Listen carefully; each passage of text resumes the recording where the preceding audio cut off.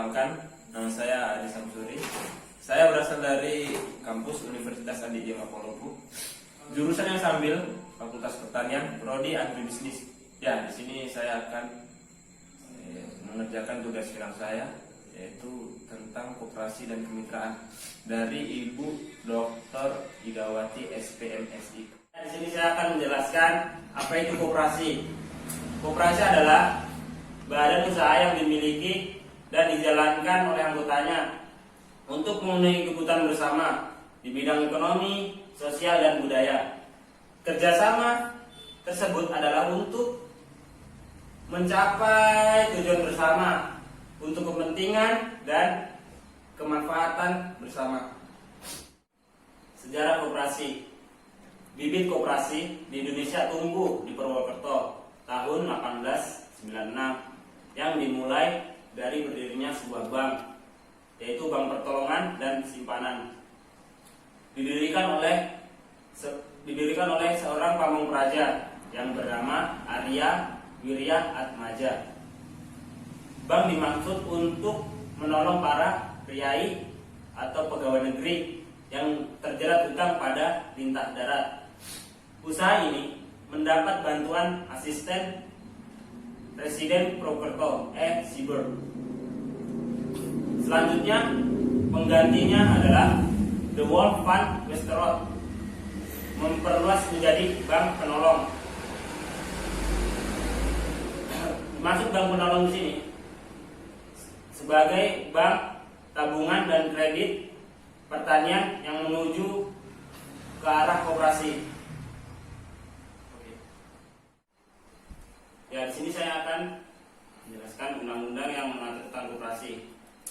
Undang-Undang Nomor 17 Tahun 2012 tentang Perkoperasian merupakan pengganti Undang-Undang 25 Tahun 1992 tentang perkoperasian yang memuat pembaruan hukum sehingga mampu mewujudkan koperasi sebagai organisasi ekonomi yang sehat, kuat, mandiri, dan tangguh, serta terpercaya sebagai entitas bisnis yang mendasarkan kegiatannya pada nilai dan prinsip perekonomian. Dalam rangka meningkatkan produksi dan kehidupan rakyat di daerah pedesaan, pemerintah menganjurkan membentuk koperasi pertanian berupa koperasi unit desa atau biasa disebut KUD. Yang menjadi anggota KUD adalah orang-orang yang bertempat tinggal atau menjalankan usahanya di wilayah unit desa yang merupakan daerah kerja KUD itu. Karena kebutuhan mereka beragam macam, maka KUD pusat pelayanannya dalam kegiatan perekonomian di desa itu sangat dibutuhkan oleh rakyat atau masyarakat petani. Sebagai urat perekonomian, KUD atau koperasi pertanian dan koperasi pada umumnya selalu bertindak atau melindungi mereka, para petani atau produsen yang ekonominya lemah atau di bawah. Yang menjadi anggota koperasinya adalah para petani itu atau masyarakat, sehingga koperasi pertanian akan bermanfaat bagi petani. Manfaat-manfaat itu antara lain: yang pertama, pemasaran hasil produksi para anggota dengan harga jual yang lebih tinggi atau lebih stabil.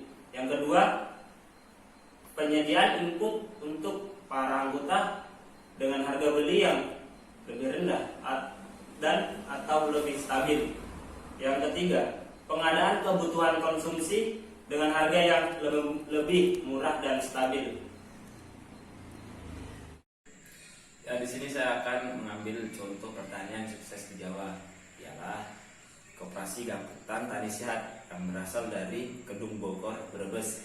Koperasi Gapoktan Tani Sehat ini adalah organisasi ekonomi rakyat yang berwatak sosial dan beranggotakan para petani yang merupakan susunan ekonomi sebagai usaha bersama berdasarkan asas kekeluargaan menuju terciptanya kesejahteraan.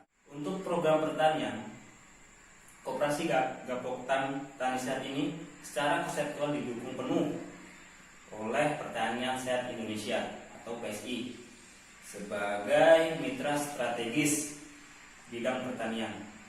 Demikian juga dalam bidang sosial, Koperasi Tani Sehat ini siap menjadi bantuan sosial atau penyalur bantuan sosial dan ekonomi untuk pemberdayaan masyarakat kurang mampu, khususnya pada lingkungan komunitas peduli.